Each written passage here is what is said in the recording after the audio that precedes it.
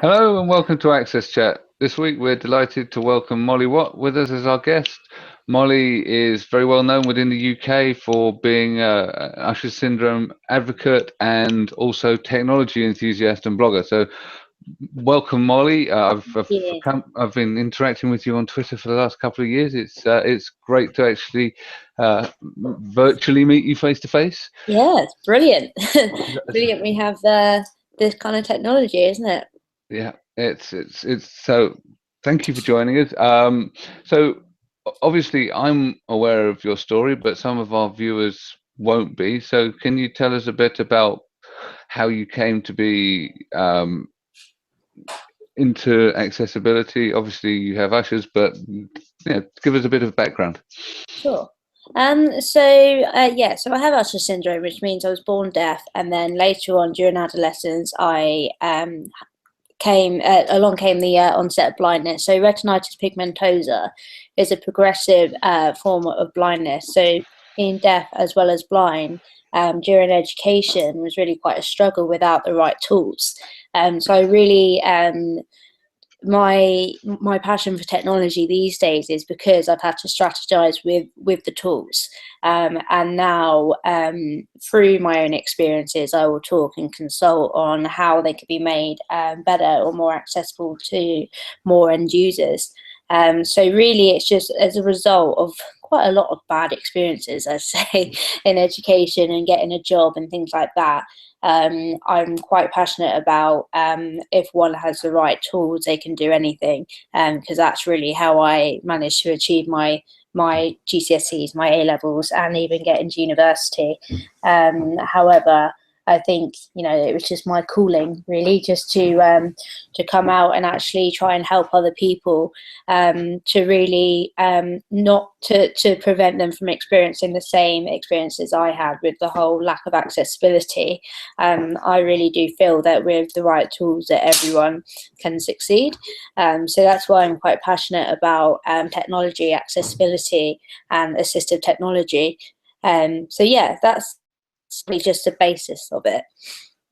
Okay, and and you make no secret of being a big Apple fan. Yes. I mean, I try not to be biased because I know there are other bits of gadgetry that aren't Apple, but since I was diagnosed, which was 10 years ago, so I'm 22 now, I was 12 when I first got diagnosed with Usher syndrome. And I became aware of Apple back then because I had a friend whose mum who worked at Apple, and because she knew what I was going through or my recent diagnosis, she, in a subtle way, started showing me some accessibility features on their Macs and iPhones, things like that. And I've been quite fortunate that my parents they were in a position to be able to afford a MacBook, or for me to access my education. And had it not have been for this MacBook with the built-in accessibility, there's just no way I would have been able to access my education. And I think because it's now been 10 years and all I've used is Apple, that's what I'm familiar with. So I'm personally, I rely on my Apple products, all from MacBook, iPhone to Apple Watch. I couldn't be without it. Yeah. So, I mean, you're now within an ecosystem, and it is a very accessible ecosystem that Apple have created. And Yes. um, the biggest rub comes when you step outside of that ecosystem, or you're trying to use those integrated tools with other people's products, right? Sure. Yeah. Yeah, so that's really where the world of accessibility kind of broadens, because the fact that there is this flexibility and compatibility with other assistive technologies, which is what I'm learning, because I know a lot of people are like, oh no, Apple is not very compatible with other things, blah, blah, blah. However, um, for me, I found, say, my hearing aids, for example, the fact that they're compatible with the Apple Watch and the iPhone, that has enabled me so much more accessibility. So, for example, I can now take a phone call, which I haven't been able to do before without these hearing aids.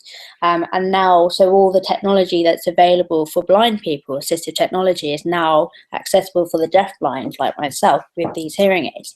And that's all because of the compatibility with my Apple products. So had I not been offered to trial these hearing aids, I wouldn't be able to have this call with you right now.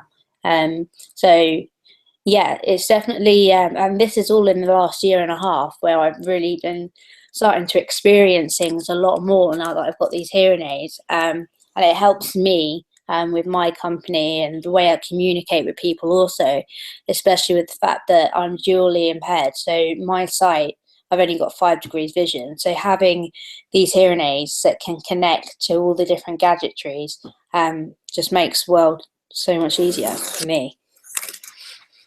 So tell us a little bit about your hearing aids, and then I'll let Antonio ask a question because I know he has one. Sure. So these hearing aids are called GN Resound Link Squared hearing aids. So I found out about these hearing aids through my Apple Watch blog. So I blog extensively about technology, and around the time, as far as I'm aware, these hearing aids are the first to pair with iPhone and Apple Watch. I know that's not the case anymore. Some of the other ones are doing that now. However, through this blog, this company got in contact with me through Twitter, which is brilliant. And it was kind of just agreed for me to trial these hearing aids, and for me to tell them about my experiences with the watch and the phone with the hearing aid. And so basically with these hearing aids, they connect through Bluetooth on my iPhone, my Apple Watch. They come with an app. So on my phone and on my watch, I can adjust the bass, treble, volume. There's also programs as well. So depending on the environment, say for example, one program is called restaurant. So say if I'm in a busy restaurant and I'm trying to focus on one person in front of me, I can press the restaurant program, and what it does, it reduces background noise and it focuses on the person in front of me. So it's just one quick, literally I can just flick up on my watch and tap the program, and it will just change it like that. Before, with my other hearing aids, I would have had to gone to an audiologist to get them to install the programs onto my hearing aid. So that it was possible, but it was fiddly. Whereas these hearing aids, having the app where I can manually adjust my own hearing, is amazing. They also, the actual quality of the hearing aid itself without the app, I mean, the app is a bonus, but the actual quality of sound for these hearing aids in comparison to hearing aids I've had before is massive. So, for example, with these hearing aids, I can now locate sound. Before, when I had digital hearing aids, I could always hear sound, but I never knew where they were coming from. So for someone with limited sight like myself, hearing sounds or hearing someone talking to me, I would be scanning around to find this person, which is very tiring. Whereas with these hearing aids, if someone's talking to me from the other side of the room on my right side, I'll be able to know, oh, they're on my right, and I'll turn to them. It's also a safety aspect. So if I'm out and about, there's cars around, I have an idea of where cars are or how far that danger is away from me. So again, being deafblind, this is huge. I didn't have that before. So yeah, that's really the gist of these hearing aids. They're pretty cool. They sound amazing. So, Mol, I know that in your blog you try to talk about these stories about your journey and about technology. Can you tell us a bit about how people react to your stories and to your conversations on Twitter when you are talking about your own personal experiences? So through the charity that I have, I find that blogging really helps other people to relate to experiences, and they often think, oh, actually, if I had this, if I had, say, the Apple Watch, for example, I'd have more independence. I'd be able to do this. I'd be able to do that. There's a lot of people with Usher syndrome specifically, or in various different, disabilities out there that feel isolated. And the reason they feel isolated is because they don't have the confidence to leave the house and do things by themselves. And what I blog about are technology that can make a difference, that can actually make you feel confident enough to leave the house and can give you the independence without, having to rely on people, which a lot of people with disabilities have to without the right tools. So often the feedback I get is quite positive in that way. People are like, wow, that given me an insight to how different life could be, and that actually it is possible. So that is kind of that. And we also, at our charity, we encourage other people to write blogs of their own experiences as well, just to tell people that actually that you're not alone, and that we all go through similar situations that are quite a struggle. But with the right help and tools and support, you can get there. So that's really why I blog. I just blog to raise awareness, and it's great that people can read and actually relate to it and find and seek some confidence out of it as well, to be able to go out there and do more of the same. We know that you have been traveling, and you are also doing a lot of keynote speaking. You have been in the States quite recently. When you go out there and you start talking about disabilities, and you end up talking about diversity, does still people get do they still get surprised about this type of conversation? How they react? Do they are people able to answer your question directly, or they say, "Oh, Molly, can I talk with you in private? Can we have this type of chat?" Can you tell us about those reactions? I do really enjoy. This is the one part I do enjoy about it, because there's still a lot of stereotypes out there about deafness, blindness, or deaf blindness. I vary my talks depending on the audience, and sometimes what I do is I go out there and I speak about myself, my achievements, what I've done in life, and then at the very end I'll say, "Oh yes, and I've got Usher syndrome, which means I'm deaf blind." And the reactions I get are like, "Sorry?" And it's kind of like, well, hang on a minute, so you're actually deafblind, but you've been able to do all these things? And it's like, well, yes, I can succeed with the right. And then I'll go into everything into more detail as to how I got to where I am. So I do enjoy when I do my talking, and I'm raising awareness of the abilities of what we can do rather than what we can't do. For people with all kinds of disabilities. Obviously, I specialise in sensory impairment because of my own experiences, but there are still a lot of there's a lot of ignorance still out there about sensory impairments. People think that if I'm deaf, I sign or I can't speak, and if I'm blind, I can't see a thing, which is it's just still like that's just that's living in the dark ages. So I will talk to them about the different levels of everything, and how the impact of technology make a difference to this also. For example, my introduction to hearing aids at such a young age meant that I had access to speech and speech therapy. That's why I speak the way I do now. Whereas not all deaf people had that same growing up. Some people chose to sign, and some people didn't get hearing aids or cochlear implants till later on in life, so their speech is more impaired. So it really does depend. And really now, in this day and age, more people are likely to be given hearing aids sooner, and therefore have access to sound sooner, and therefore have speech as good as mine. So that kind of ignorance with the whole deafness thing is still out there, but I do my best to prevent that. And also with the blindness, not all blind people use screen readers. Not all blind people rely on voiceover. Ironically, I'm so visual because I was born deaf, and I do still have that bit of sight. I use it a lot. I'm still really visual, though I get really tired using it. I'm still more inclined to use my sight and my hearing aids than to sit and listen to a book. I can't do that because naturally I'm still using my eyes. They're just telling me to work all the time. So in answer to what you were saying, when I do my talks, I talk about all these things, and I do love assessing the reactions I get. I always encourage people to ask me questions, because I would rather someone ask me the question than assumed. Because that's one thing that was difficult growing up. People just assumed what I needed when actually it wasn't the case until they listened to what I had to say. And it just makes a whole lot of difference for someone to just ask me the question. So yes, most of the time they ask questions openly at the end, and I'm always more than happy to answer them, no matter how silly they might be. But then there are still some people that may well just want to pull me to the side at the end and say, oh, you know, do you mind if I ask you this question? Or, you know, you were saying, and they would ask me to answer it more in depth than I did in front of everyone else. So yeah, it's always an interesting one, traveling around doing all these talks to various different audiences. However, a lot of the questions tend to be quite similar because everyone's just curious. You know, I'd rather they just ask the question rather than just assume. That's one thing I aim for, people to ask me questions. Yeah.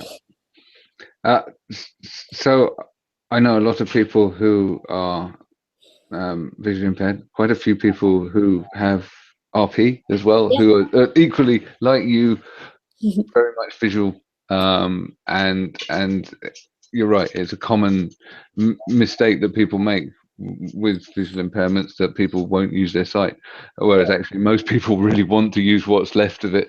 I think that one of my bugbears is that we see a lot of assistive technologies that look awful, Yes. because no care and attention's been paid to how things look and feel, and yet you know, people still have a sense of aesthetics. So that annoys me. I won't pretend otherwise, but equally, you know, you like to give input to other people's products. Yes. And I know you have a few favorites, Facebook being one. Yeah, I think one thing that surprises people, although we speak of a lot of assistive technology, but a lot of what I use is mainstream technology that helps me, and with, you know, the right features on there or the right apps or anything like that, can really go a long way. And so it really does irritate me when, say, one like myself using a MacBook with perfectly good accessibility, when I get onto, say, a website that isn't accessible, it's just appalling, because, you know, even though I'm using all the features that I've got, this website isn't built for the accessibility features. And that shouldn't be the case. You know, these developers should be building these things with accessibility in mind for all people. Because, you know, when you think that 1 in 5 people have some disability of some kind, you know, you would think that they would think of this. Yeah, I mean, Facebook being one, social networking is so crucial, so important for people in isolation. And you could be in any kind of walk in life and be isolated. I personally have been isolated, and I know many people with the same condition that have been isolated, and it's a horrible burden. And having a social network that you can access to reach out and talk to someone is massively important, and that's why I was just so passionate about changing Facebook and trying to get them to change their ways, because it's a huge website that everyone uses, and there's so many, you know, groups and things on there where people actually have the confidence to speak out and ask a question about their condition, and it's good that people are doing that. But for the people that can't access it, and there's a lot of them, or can't afford these assistive technologies in order to access them better, they're isolated, and it's just not right. It shouldn't be happening, but it still does, you know. It's very tough. So I'm a big fan of social media, and I'm totally with you about the importance of social networks to decrease isolation. You got virtual networks and virtual support through social media that particularly people with disabilities who may not get out as much, or may not feel comfortable socializing in other ways, are really reliant on. And so social media is hugely important. But equally, I know from working in a very large organization that despite the will from the top, often things are disjointed, and Facebook's very disjointed, but you can just see the interface. It confuses me, because there's lots and lots of things going on, but it does feel like with the constant changes that that you're never in a sort of stable state. So, and again, if you have a disability, if you have a cognitive disability like me, or you rely on assistive technologies, you kind of want to know where stuff is. Yes. You know, so this constant moving of the interface is problematic, even if it is made accessible. The weight of the change that is put upon you is quite significant. So I think that the companies that are doing this don't really quite understand the effect that it has on people. No. And But really, how much it would improve an individual's life if it was just appropriate to everyone and it wasn't changing so dramatically all the time. You know, things would be made a lot easier, not just for one group of people, for everyone. You know, what helps one tends to help everyone in a roundabout way. You know, these social networks like LinkedIn as well, for example. So that's a platform for you know, your work, your jobs, your past jobs, things like that. For someone who is academic and wants a job, but has struggled to get a job because of the ignorance, or because they're because of the ignorance and lack of confidence, social media could have prevented that by just making it more accessible for more people to join and more people to connect with other people. I mean, going back to the Facebook thing, I mean, I was invited to go and speak to them, but they refused to help me get over there or to pay me a fee to advise them on their accessibility, which really got me. It really irritated me, and I said, okay, you know, if you don't want to pay me, at least could you give a donation to my charity? No, we won't, he said. Which I just thought was such a shame, because you know they acknowledged that they needed someone to come in and to speak to them about accessibility, about how to prevent all these struggles for so many people, but then they refused to pay for it. Because you know, one's got to get by, one's got to get there somehow, and they didn't want to help in any way, which really. So I think this is an interesting one, because again, this is something that's a recurring theme within accessibility. Accessibility isn't a charity. No. And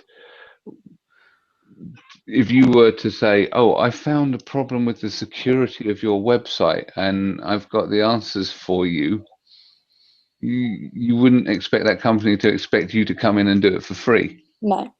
So why is it with accessibility that organizations expect people that are involved in the field to do it for free?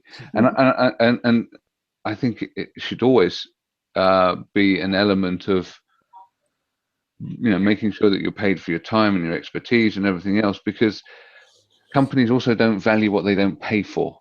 If they're getting it for free, then they don't really care about it that much. If they've had to pay for it, then the fact that they've had to pay for it means that they're going to pay more attention to it. And it's difficult because you get yourself into this catch-22 situation where you're saying, pay me because it's professional advice and everything else, and they're saying, but we just want to get it right. And again, quite often what you're dealing with is people in these large organizations that don't have control over their own budgets and everything else. So then it becomes a case of the difficulty that an individual has in dealing with the bureaucracy of large organizations. So in some ways it's much easier for small companies to become accessible than big ones with huge resources, because despite the fact that they have huge resources, they also have huge bureaucracy and huge I'm trying to think of the right word, friction, because it effectively it takes a long time before you build up that momentum. I think that things will change. I think so too. I think eventually, I find it incredible that big companies like this don't seem to understand that if they did consider these things, more people would use it. Yeah. So essentially, it benefits them in the end. You know, it would be a much wider platform to many more people if it was accessible. And that's why, you know, arguably, I've always said with the work I have done with web and app developers, that accessibility should be included right at the beginning before the build up process. And that's why, I mean, this is why I understand it's so much harder once you've got, let's say, where Facebook are concerned. It's kind of hard to kind of backtrack and rebuild with accessibility. But it just amazes me that no one considers this right at the beginning. Yeah, so Yeah, no, it's tough, but I'm with you, and I'll let you in a second, Antonio, because I've been hogging it a bit. But effectively, they work in an iterative way. The word I was searching for was inertia. Effectively, yeah, they have inertia in these large companies, and once you overcome that, I think you will get progress. But effectively, they can. As they introduce new things, if they've got accessibility into the requirements as they start building, then you can start to make that kind of progress. sure, yeah, definitely. Go for it, Antonio. No, I was talking with a friend over the weekend. He has is trying to create an app, and his startup is based on referrals, so job referrals. And I end up showing him Molly's website, because because he wants to bring and create a place where people can apply for a job and they can refer others. So if somebody is working in an area of employment, it's extremely important that they're able to build something that is accessible, where they can refer everyone, Yes. independent from what they might need or might not need. And it's interesting, if you have just a small conversation with someone and you show them a few features, they realize, oh, this is not just easy to introduce, but it's actually very cool to Yeah. have this feature on the very side. So people realize, okay, this is really nice. And you were mentioning LinkedIn, and there's two sides of the social network. One is the fact that a person needs to have a place where they can add their their their details about their professional details. And then there's this well-known aspect that when some recruiter is looking for employees or for talent, they go to LinkedIn. So they do a search and they end up restricting their search to the pool of people that are going to be visible for them when they when they play with the keywords. So if someone with disability is not able to be as active, or is able to go to that journey into having a decent profile, they will be completely out of the search engine. So we are restricting them the access in two ways. One, they are not able to be confident and build their profiles there. And then on the other end, you are restricting them from being visible to the someone looking to hire talent in LinkedIn. And considering that we are always, in search for talent with people in the areas of technology and many others, it doesn't make any sense to have this type of behavior anymore. Sure. Yeah, I agree. So we know that LinkedIn obviously have accessibility champion within their organization. It's Jonathan Assumption, and Jonathan does great stuff, but equally the role of an accessibility person is quite a lonely one within these large organizations. And again, some of the difficulty for the accessibility guy is to actually get themselves on the radar of the people that are making the decisions, and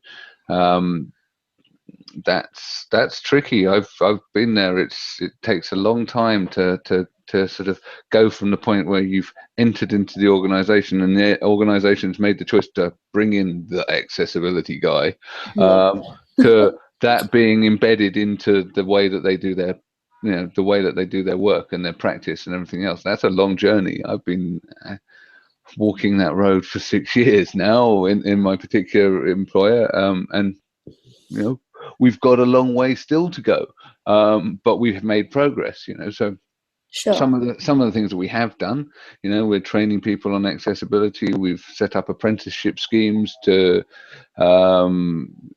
create the next generation of accessibility professionals. We've created standards. The issues don't go away when you've created standards, because people still have to adhere to them, and you need to be able to point them to them. And in an organization with 100,000 people and millions of projects, how do you do that? So some of that is always going to be an issue, but Sure.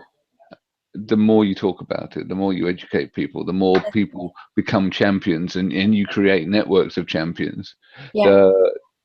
The more the good word spreads, and the more people do stuff. And I think that the BBC are a great example of this, where what they did, they created a champions network. They don't have a huge accessibility team, but they do have a very accessible range of products.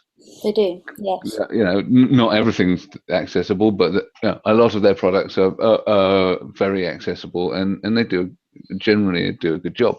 And one of the reasons they do a good job is that they've enthused the overall working population of the organization, and enabled them to take responsibility. And it's not just the responsibility of the accessibility guy sat in the back room somewhere. You have accessibility champions throughout the business, and the accessibility team effectively just acts as the central point to look at new stuff and thorny problems, and look at new ways that you could do even better, rather than firefighting the whole time.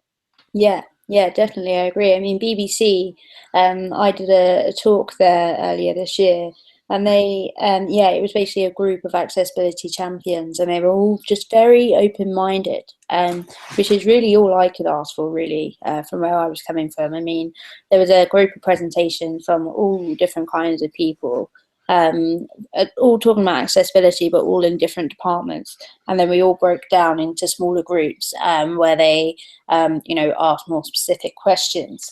And I was made aware of quite a lot of the projects they had going on at BBC, and that was a really good productive day, I think, at BBC. I was glad I got to go and see them, and for them to ask me questions also. They were interested and they were listening, and that was all I could really ask for. So that was great. I think I can't let you go without talking about so we've been talking about social media and how important it is. Can you give us very briefly a few suggestions how people can be productive using social media, and how you use it in your life, just to open sometimes to open some new ideas for some of the people that might be listening to us or watching us? What do you mean as in when using the social media sites, or when creating them? What? Or no, when you need to research, get yourself more informed with information in many different areas, how Sure. you use social media to improve yourself, to develop yourself as someone that is passionate and someone that works in the area of accessibility?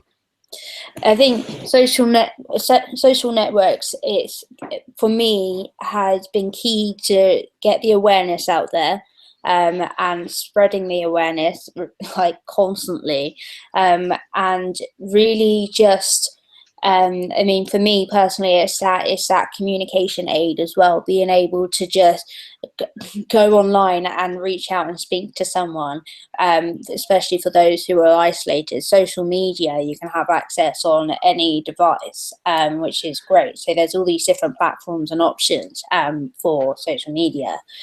So having it so user friendly that that anyone can just jump on and speak to someone. I love the fact that you can share you know, all kinds of bits of information, either from accessible websites or for other people to put it on there so that it is accessible for other people. I like the flexibility in that. I also like the idea of being able to share ideas and opinions, also sharing experiences and how, or, you know, even just reviews, to encourage better experiences for everyone. There's all sorts of, I mean, I use it. I mean, my blogging also goes on social media, again, for the reasons that I spoke of before. And it essentially brings people together, and that's what really at the Molly Watt Trust we aim to do. And so social media is such a massive part of that. Without social media, there's no way we would have been able to do the last 3 or 4 annual events at the Molly Watt Trust, bringing all people from everywhere together. There's no way we would have been able to do it without it.